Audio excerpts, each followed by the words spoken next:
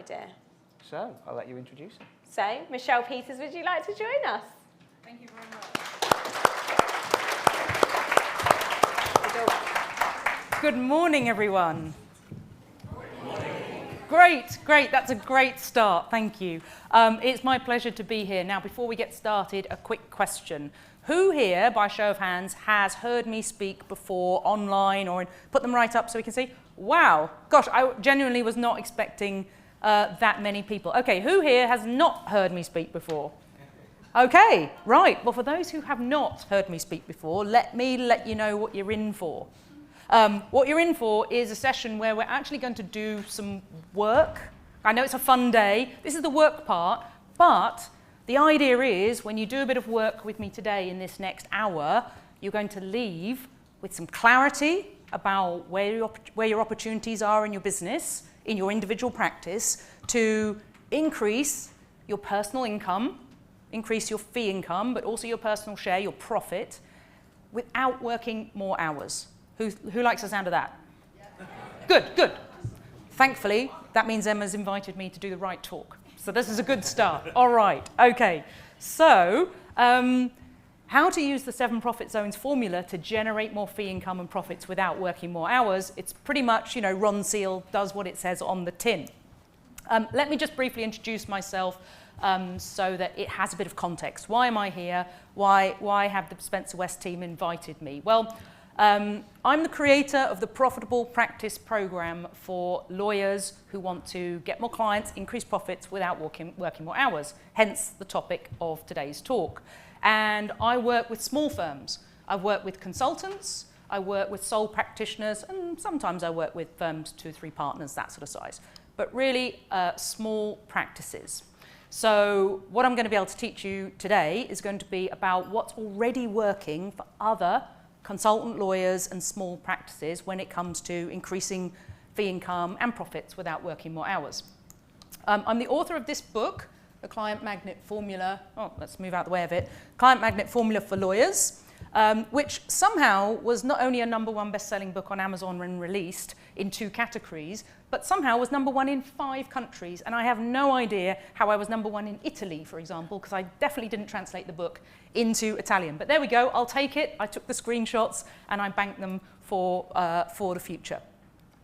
Obviously, this book is about attracting and converting, and we will touch on that because it's relevant. But today, I really want to focus on the other part, which is when you've got the clients, how do you make the most of them? Or when you have colleagues who have the clients, how do you make the most of that?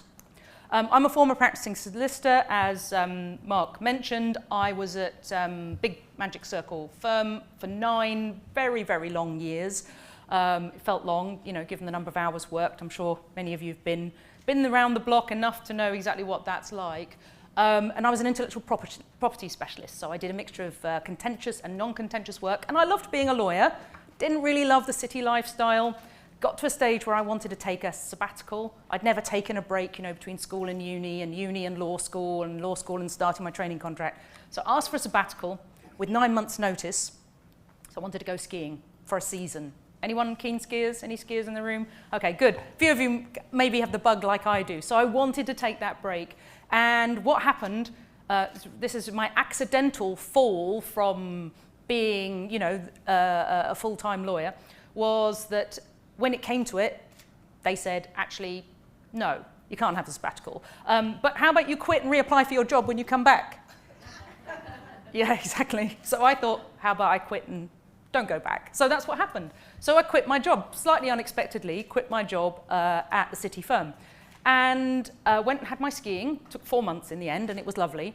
Went to France, and when I came back, my father has always been an entrepreneur, and he had been running a business, a kitchen refurbishment business, so not anything I was involved with, but my brother had persuaded him to franchise it. And before I'd gone, I had downloaded the PLC template and done a little franchise agreement for him. Well, you do, don't you?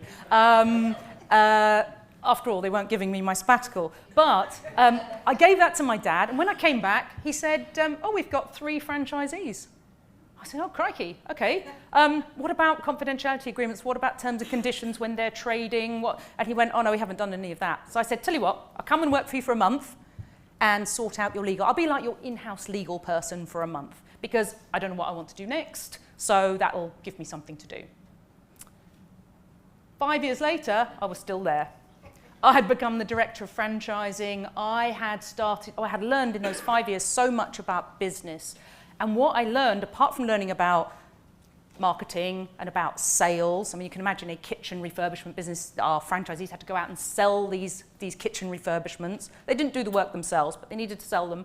Pricing, cash flow, profit, dealing with customer complaints, all of that stuff. So I'd learned a lot about that, and I was now teaching it to our franchisees. So I became like a business coach, but for this captive audience, really, of our franchisees. But apart from learning about marketing and sales and profit and making money, what I really learned was how little I had learned about any of those things when I was in private practice. It just wasn't part of my education, my training. I was a good lawyer, but I really knew nothing about being a good business person. However, 5 years on, the situation had improved somewhat. And when my dad decided he wanted to retire, I didn't want to continue the business. It was his business, really. So I said, right, what next?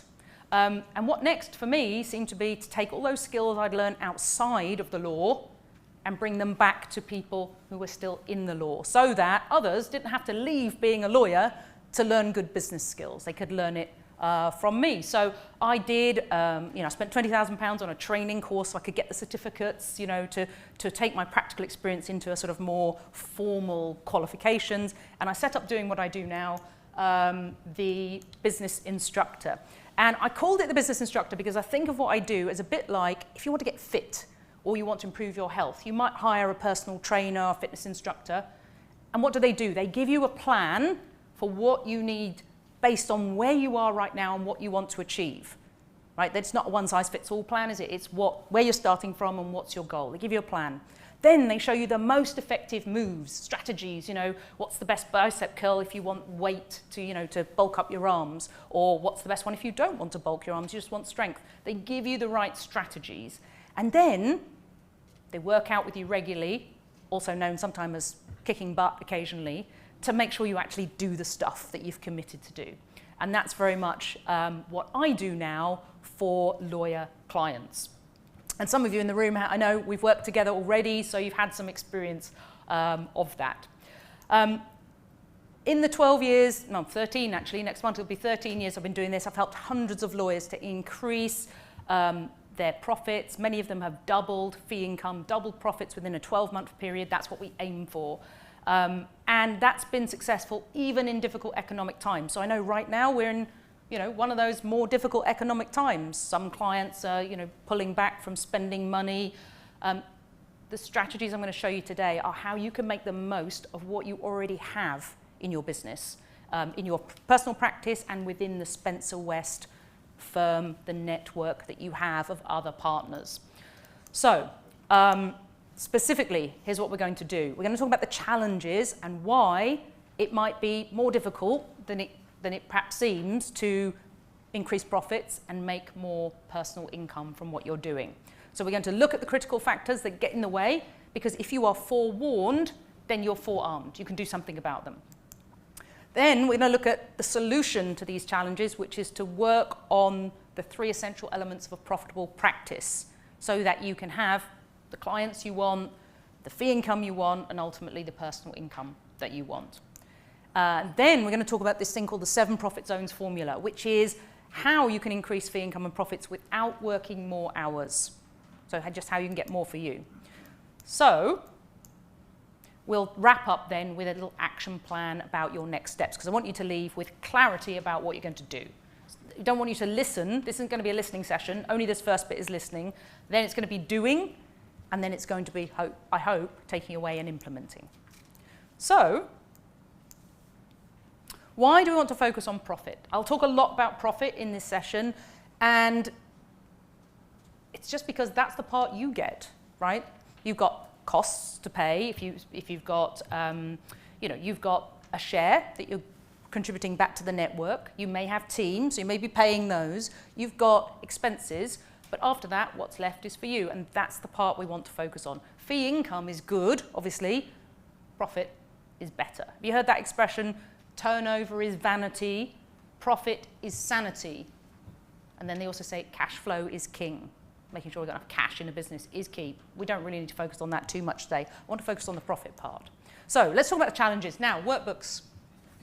I've written a workbook or worksheets for you to help you take some notes on this and to help you really start to analyze what of the things I'm saying are relevant for you, right? I want you to work along with me on this document. So let's talk about the 3 limiting factors that might be making it harder to increase your fee income and profits or keeping you working more hours than you need to be. The first one, and I say this to all lawyers, is the model. We're in a time for money model, aren't we? It's time for money. Even if we work on fixed fees, it's time for money because we generally say, I think it'll take me 4 hours and I think I'd like to get 250 an hour, so I'll charge £1,000. We're still on a time for money model. And the problem with time for money is that time is limited. It's a resource that we don't have more of except by hiring more people in our team, and that, of course, incurs a cost. Not that that's a bad thing, but time, even then, our time is limited by the number of people we have. And that's a challenge we need to take into account. I'm going to come back to that. The second challenge that I see holding back many lawyers is the method they think about when they try to grow, the method they use to try and grow their practice. So typically I'll hear people say, oh, I need more fee income. So I need more clients. So I need to do more business development or marketing. And that might be the right solution for you, might be what you need, but what if you're not as good as you could be at converting those inquiries that you get from your marketing and BD into paying clients? If you're not as good at that as you could be, then you're missing opportunities. If you talk to 10 people and 5 become clients, that's 5 who don't become clients. So if you could get 6 or 7 or 8 to become clients instead, you wouldn't need to do any more marketing and BD and use the time, which comes back to the model, the time for money model. You wouldn't need to spend the time on the marketing or BD. You could instead just turn more of those conversations into clients. Equally, you might be focused on getting new clients when actually you have already clients that you've worked with in the past, or clients you're working with now, or clients of colleagues that you could be accessing through cross-referrals that you could be making more of. And so rather than going and getting new clients who haven't worked with Spencer West before, why not focus on doing more work with the clients who already know Spencer West, already trust you, already like you, and are more likely to say yes to working with you. The third challenge, the third limiting factor that gets in the way for consultant lawyers and small firm owners is mastery. Mastery not of your legal skills, because I'm sure you're all excellent at what you do, but just like it was for me, mastery of business skills, right? Mastery of the skills needed to bring in the clients, to convert clients at higher fees, to make more of the clients that you have, to keep an eye on your financials, to manage a team if you have one, and so on. So we need to get really good at developing those skills if we want going to have the whole package.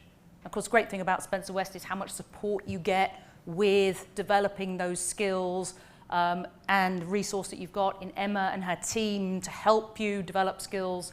But it's really important to pay attention to those. Being a great lawyer doesn't mean having a great legal business. We've got to be good at the business of law as well as the practice of law. So, my view, fundamentally, is that the time for money model is a broken one. I don't think it's a good model. I'm not proposing that we try and change that today. I definitely don't have enough time in this talk for that. But what we do need to be aware of is that it is a limiting factor, and we need to be clear that if we try and do everything in our business ourselves, and we don't get enough help, and we don't delegate, and we don't have support, then we're going to be harming our ability to make money. Is this making sense? Because it's time for money. If we try and do things other than just fee earning, we are potentially damaging our ability to bring in fee income unless we do those things really well and really efficiently, which is why we actually have to pay attention to the skills that we have. On method, I already talked about a lot of businesses using the wrong method. Networking can be a particular challenge. This is why I've got the gone hunting sign here. Gone hunting as in when you go networking, you literally have to stop working, shut your door, go out, find clients, like going hunting.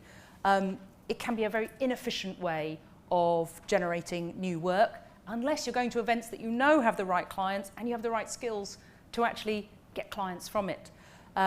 So I'm not really a fan of networking in most cases unless it's very, very targeted. I think we can do a lot more online. We can do a lot more in a leveraged time way. I'd rather write one piece of great content and have it be working for me week in, week out to bring me clients than physically go out and find those clients at events unless they're very structured. So when we go hunting, we're often ignoring the opportunities within, for example, the clients we already have. And on mastery, I already talked about this, but it's not just key business skills, actually, it's also having the right mindset. The right mindset for growth, the right mindset for opportunity. And so we need to keep working on our mindset as well as our physical skills.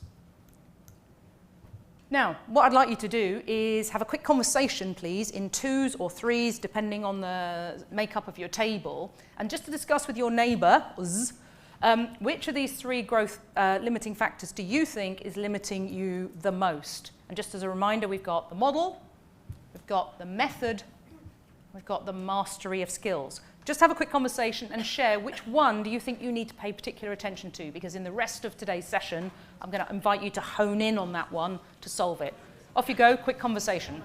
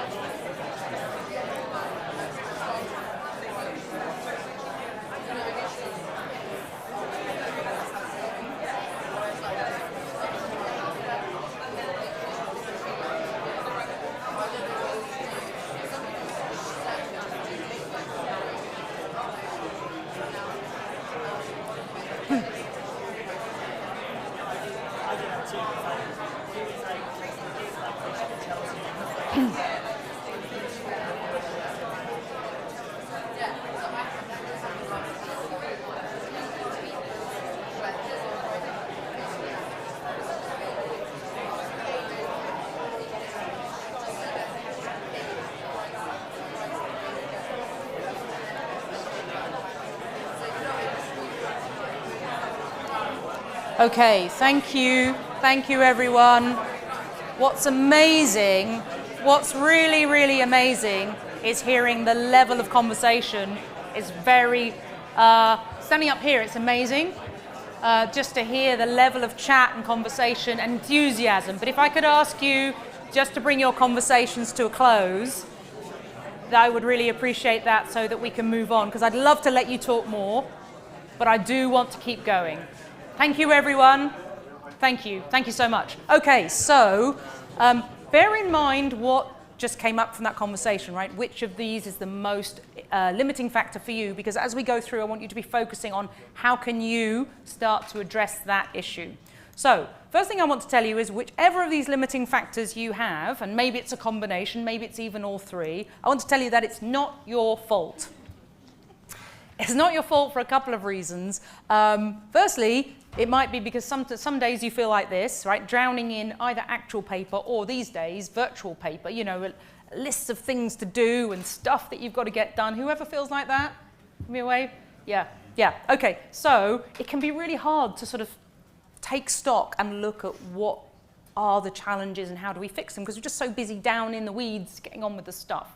So it's not your fault if you've got these challenges. It's also not your fault because, let's face it, you didn't invent the model of time for money, and you probably, when you think about growth, you're probably used to seeing other people say, oh, it's all about marketing, and so you focus on that. So I want to let you know it's not your fault, but on the other hand, it is your challenge, right? If it's impacting you. So what we want to do is look at the way forward. How do we plan a route that's going to help us avoid any of these challenges?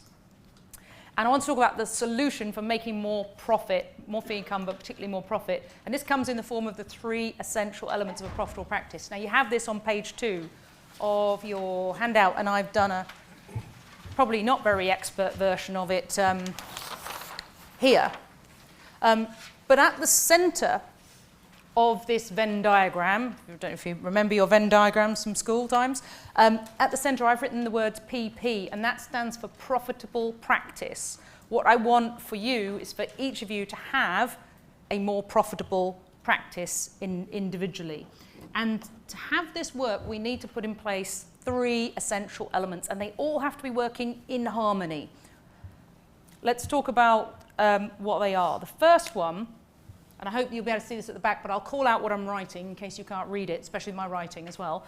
But the first thing you need to have in place is the ability to attract the right clients, right? The right clients, not any old clients, but the ones who actually pay your fees, be nice to you, be grateful, refer you. Yeah, the ones that you actually want to work with, rather than those ones, where you go, oh no, it's that person. So the first essential element is the ability to attract. I can't even write and talk at the same time. That, I promise, says the word attract.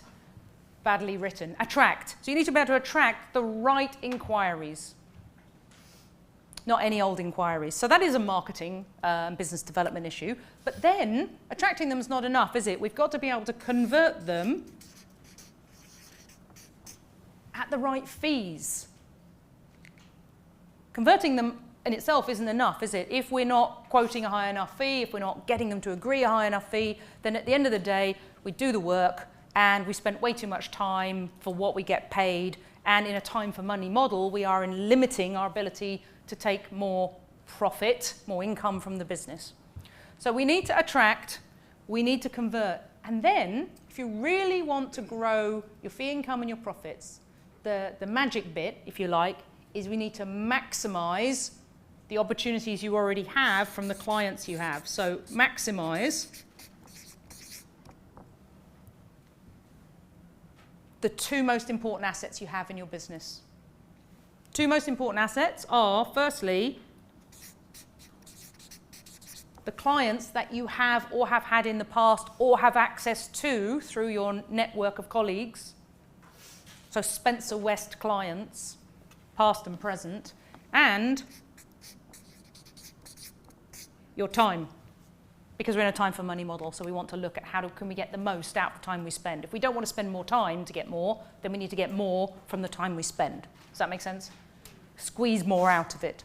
So we want to attract and convert and maximize, and when we can do that, we're going to have more ideal clients to work with, we're going to have higher income, and we're going to have more time, because we're going to maximize our time.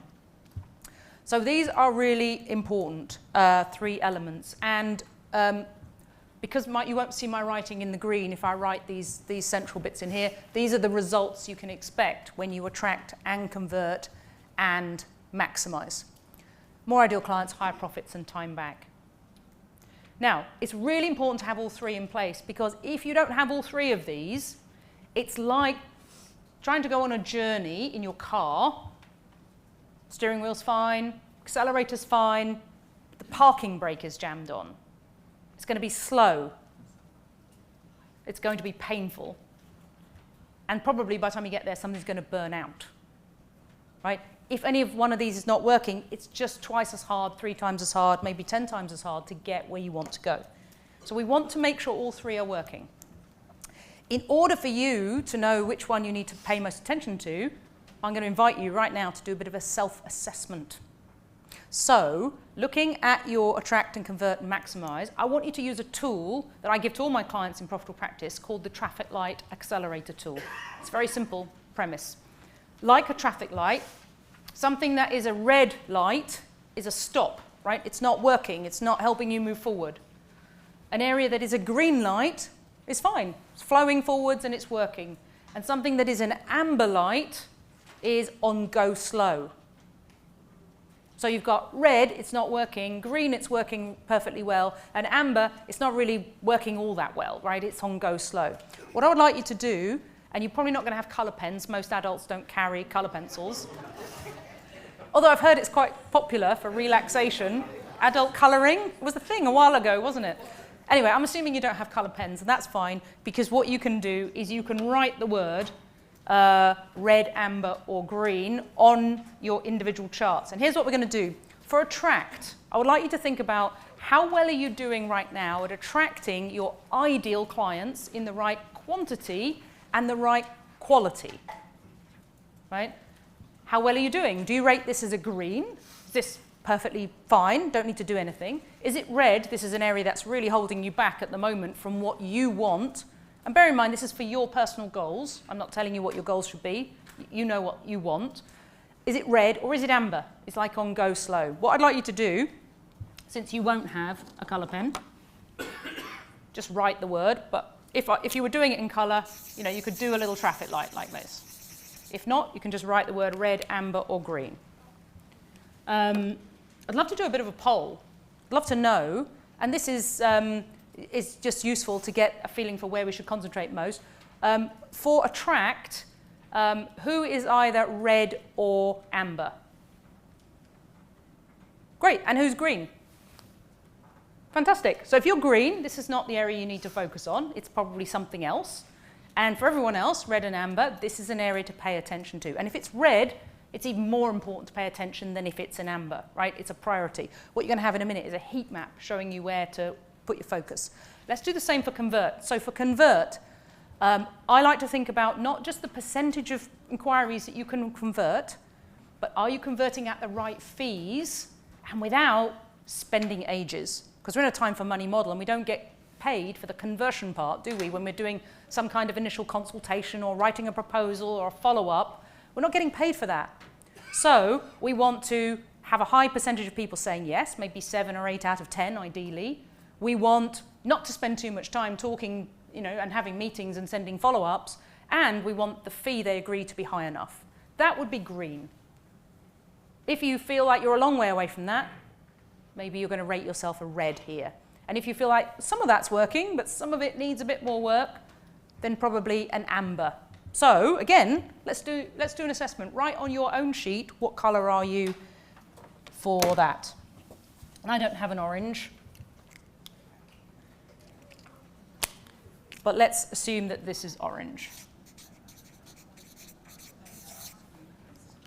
What's your colour? Let's do a quick poll again. Reds and ambers? Yep. Thank you. And greens? Yeah, good. Okay, so again, probably half of you have this part working well, and half of you need to do some work in this area. If you need to do some work in it, then the good news is you've identified something that if you improve it, you don't actually have to go and get more inquiries. You don't need to do more business development to grow your practice. You need to focus on improving your conversion.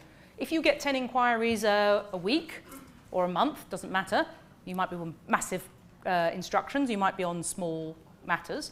If you get 10 and you're currently converting 5 and you can instead convert 8, or let's say you get 4 at the moment, you can convert 8, that's twice as many clients without doing one single bit more business development or marketing. Does that sound good? All we need to do is improve the skills around the way that you're talking to clients. And we'll come back to talk a little bit about that. Right, let's do maximize. Here's what I want you to think about with maximizing.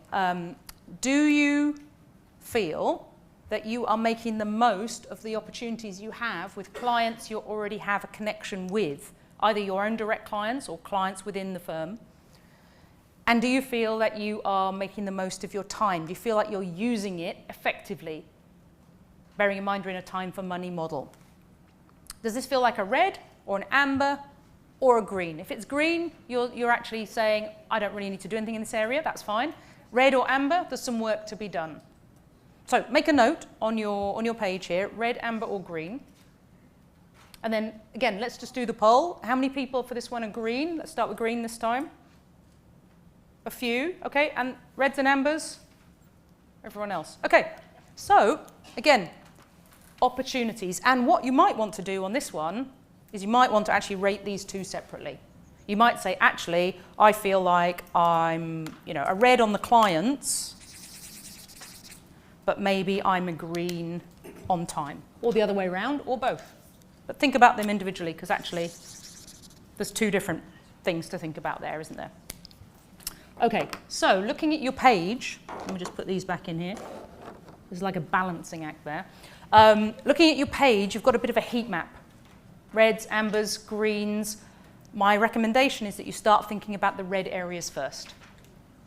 However, one slight caveat to that, if you have a red or an amber in convert, that's one of your biggest opportunities to have more clients without needing to do more marketing.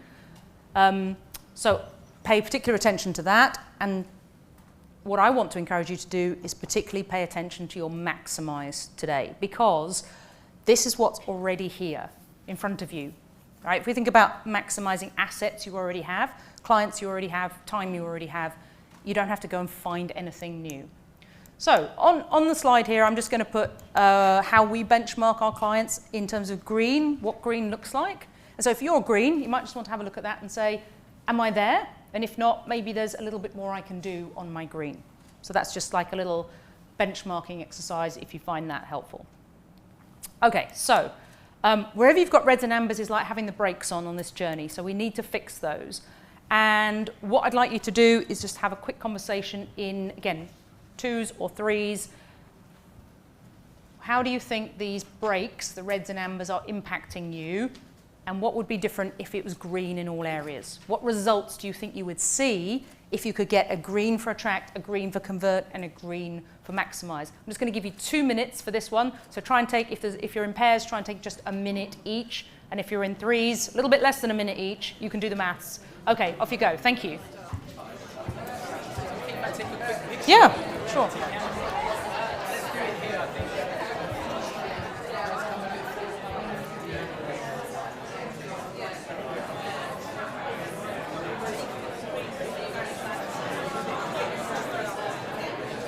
Thanks.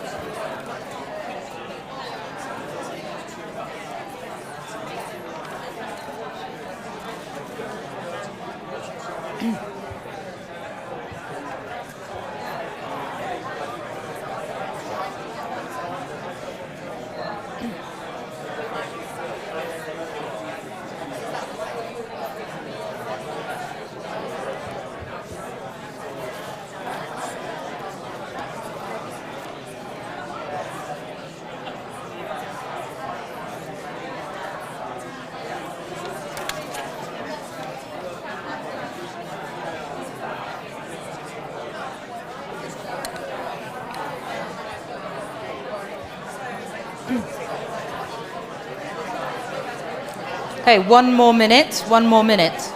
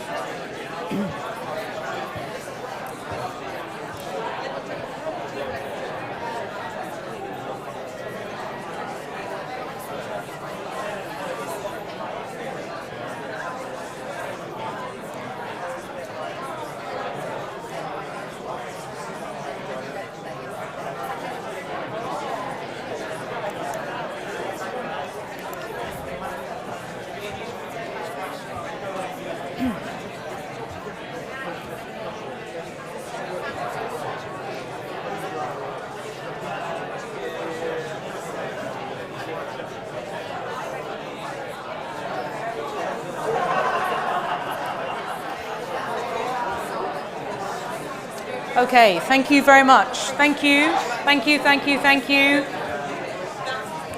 It's always a challenge when you let people start talking to actually get people to come back. But I think it's a risk worth taking because I really like the fact that you're able to have this discussion. Right, don't miss this next piece because whatever you've identified where you've got reds and ambers and what things will be like when they get to green, I'd like to start sharing with you some of the ideas of how to get to green. Is that okay? Let me share with you some of the ways that other lawyers have turned reds and ambers into green. So, I have a system called the 9 Profitable Practice Accelerators. That's what these gaps around the outside are for. They're for writing in what are the accelerators you need. Think of an accelerator like a strategy or a project that you need to implement. And what I'd like to do is we're going to talk about maximize, but before that, probably there's some people we've already identified that have reds and ambers in attract and convert. So let's talk about some examples of things you can do to improve.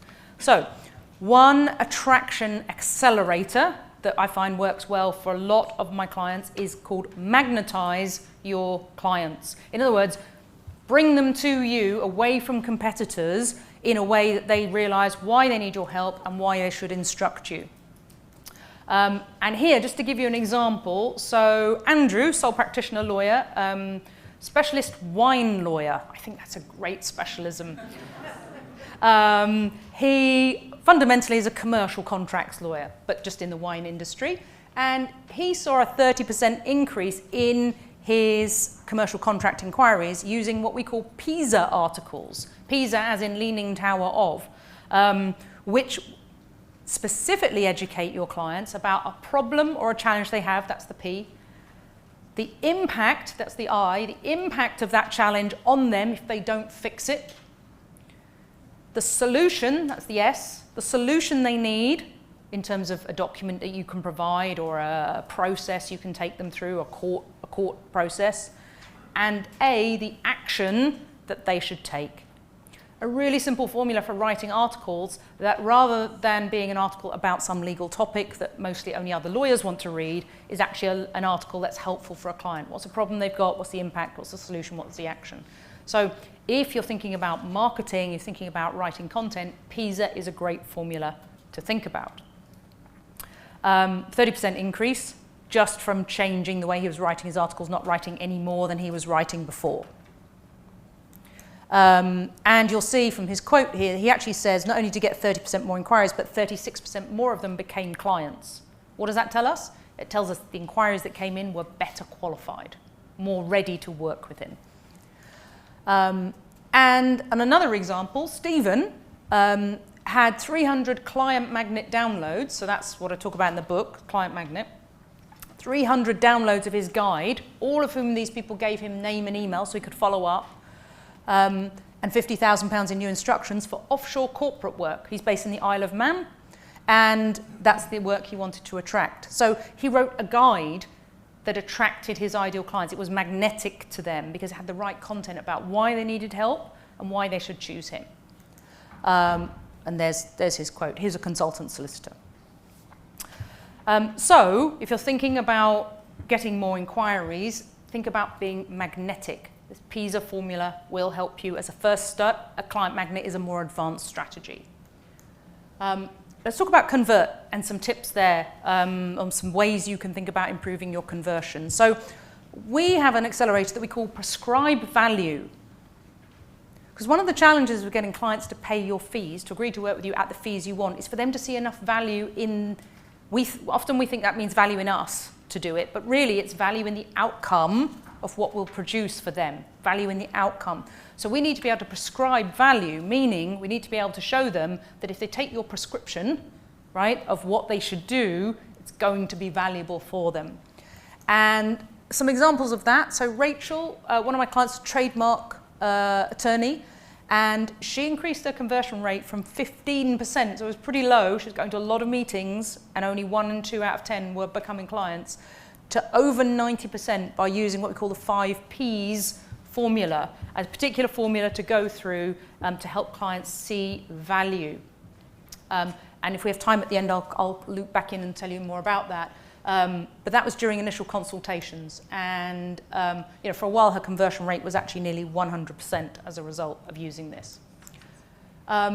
Jay, on the other hand, running a high street firm, so litigation, probate, wills, conveyancing, that sort of thing, doubled his conversion rate from 4 out of 10 to 8 out of 10 by asking what we call value questions. So value questions are where you ask the client, prospective client, a question that helps them see the value of what you're going to do for them. So rather than telling them the value, we ask a question. Like, why is it important for you to get this, to sell your business within the next 6 months? What's driving that? And they say, well, it's really important to me because I must get it done because I need that money to reinvest in something else that's very important to me that has to be done within the next 6 months. You're asking them, what's the value of getting your help? And a doubling of his conversion rate was the result when he started to ask these kinds of questions. So I'm showing you these examples to show you that there are strategies, there are techniques that you can use that can very quickly make a big difference to what you're doing. How many of you know Jitesh Patel? He's in your network. Your hands up if you know him. Some of you? Yeah, so he can't be here today. He rang me this morning actually to say he wasn't coming because I'd sent him a message saying I hope to see you. He and I have been working together, and this morning gave me a testimonial. It's a bit late to get it on the slides. But he gave me a testimonial saying he'd been using value questions.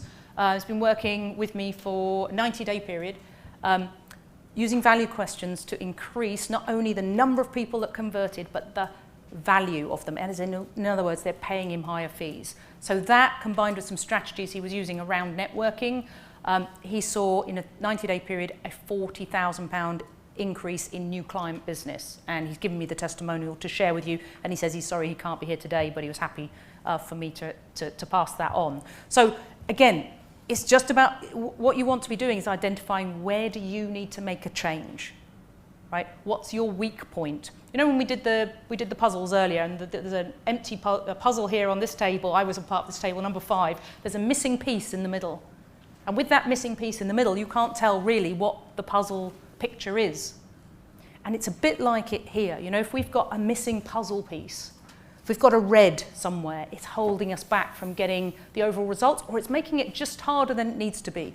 So what I'm encouraging you to do here is to look at where's your missing puzzle piece, and then let's go out and get that puzzle piece slotted in and get the results that you want. Just making sense in terms of approach? Have I stunned you into silence? Okay, I'm getting some nods now. All right, okay. So let's talk about specifically this multiplying profit zones, because attracting and converting is great, but there's even bigger opportunities to be had in the clients that you already have. And I want to show you how this works. On the 7 profit zones, this is actually on page 2 of your handout, there are 7 different ways to make more money in your business. Most lawyers are focusing on just 1 or 2. So I'm going to run through this list, have a look and see which ones are you not making the most of. We've already talked about 1 and 2 actually. Number 1 is attract, getting more inquiries. Number 2 is increasing conversion, your conversion ratio. So we've done attract and convert, we've talked about those. There are 5 more that relate to existing or past clients. So there's actually many more opportunities to be had here. And here's what they are. Number three way to make more money in your practice is to increase the frequency of transactions. Now you can think the word instructions if you prefer, I don't mind. Frequency meaning if someone could come back to you for the same service again, can you encourage them to come back more often? Classic example is wills, isn't it? People need to update their wills. Many lawyers write to their clients once every 10 years to say it might be time to update your will. It might have been time to update their will in 6 months after they did it because maybe they got an inheritance, maybe they had kids, maybe they got married, maybe they got divorced, maybe they had grandkids. And so if you could remind your clients more often that it might be time to review their will and give them the things they should look for, maybe they would come back on average every 3 years instead of every 10 years. Now you have more business from the same clients. And it's not just wills, employment contracts, terms and conditions, data protection policies, anything where clients can do it more than once. Once when I was doing talking on this topic, one of the lawyers in the room said, well, I do divorce. And someone else said, well, so do I, and I've helped the same person get divorced 5 times, so there is repeat work even in divorce. Now, you wouldn't wish that, of course, on any client. Nobody would wish that, but it happens, right? So there's possibility everywhere. Okay, that's number 3. Now, number 4 is increasing the size of the transaction with the client. This means they come to you for one thing, you help them see that they need something else. So they come to you for an employment dispute, you help them see, actually, you know what, you should be updating your contracts for senior employees to avoid these disputes next time. That's within the same practice area. Or they come to you to sell the business, and you help them see that actually they've got unregistered intellectual property that they ought to sort out before they sell so that the business is worth more. So that might be a referral to a different department. So you can either do more of your same practice area for clients, or you can look to work with your colleagues. And I know Emma's a very keen proponent of course of cross-selling and working together, but you can look for opportunities to do more, refer your clients to other Spencer West colleagues and get referrals back. But if you do that, you are going to generate more money from that client, right? Because you're either going to get the whole part of the fee, or you're going to get a smaller part of the fee because you've referred it on. But either way, it's extra financial gain for you.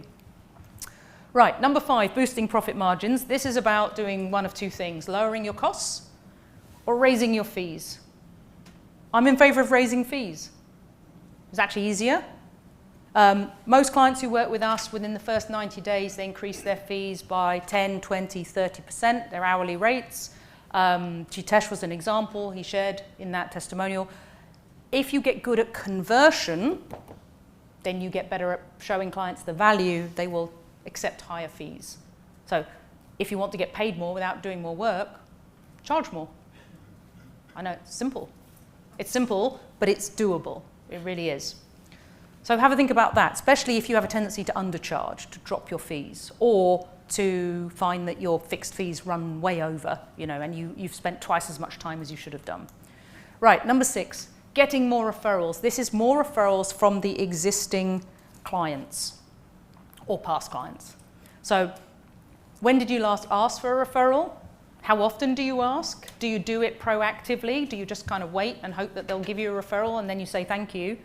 Well, you could probably do more. If you could be more proactive, you could get more referrals. When's the best time to ask for a referral? Yeah, the end of a matter is a good time. When else? When a client says something nice, it's a good time. Oh, I'm really pleased with what you've done, or I'm really grateful the way you handled that. That's also a great time to ask. Sometimes if you wait till the end, it was great in the middle, and then something that wasn't your fault made it end on a slightly sour note. Have you ever had that happen? Yeah, so don't wait. Don't wait till the end. Ask them in that moment. Now, if there's been no particular moment and you get to the end, well, then ask then. But it's like getting paid before the end of the matter. You get paid before the end of the matter, then if something goes a little bit AWire right at the end, you avoid that problem. Okay, that was referrals. And number 7 is improving client lifetime. Not necessarily feeding them anti-aging pills so they live longer, although that does help. They can keep referring you. But I mean how long they stay a client with you, their lifetime with you. If you look after them, they'll stay. But the number one reason that clients leave any business to go to a competitor is not because you charge too much, not because you made a mistake, not because you gave bad service, but 68% of people will leave because of what's called perceived indifference.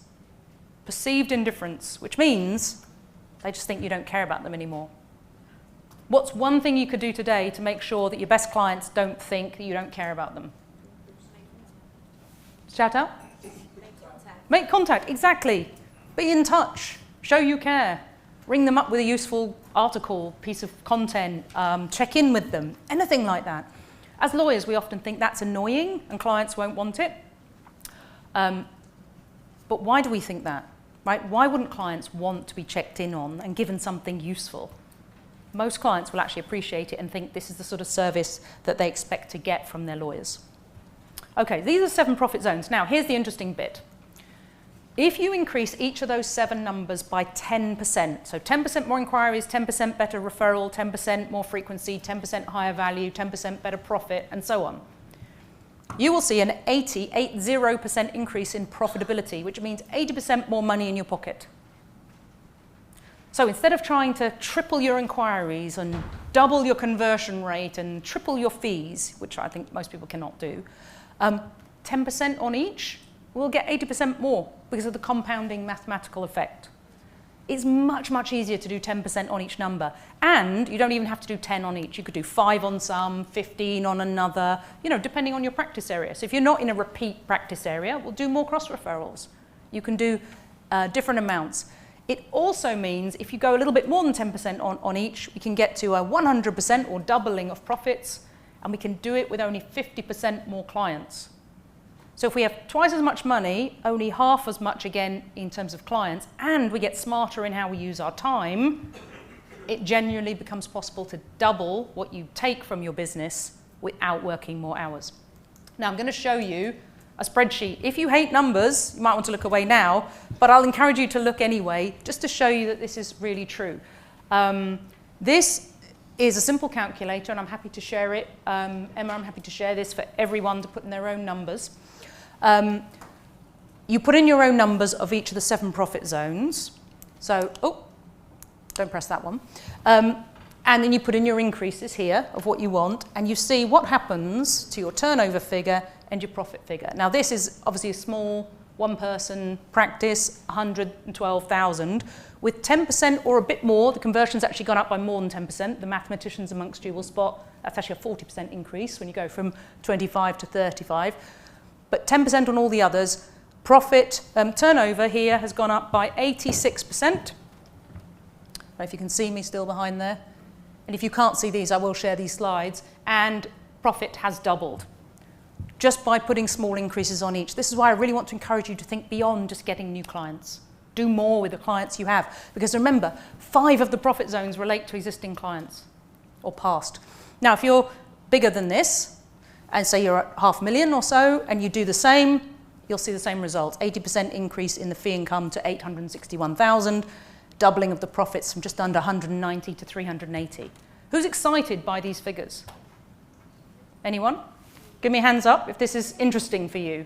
Yeah, good. I know there's a lot of numbers to take in, but I'll share these and you can study them in your own time and put your own numbers in.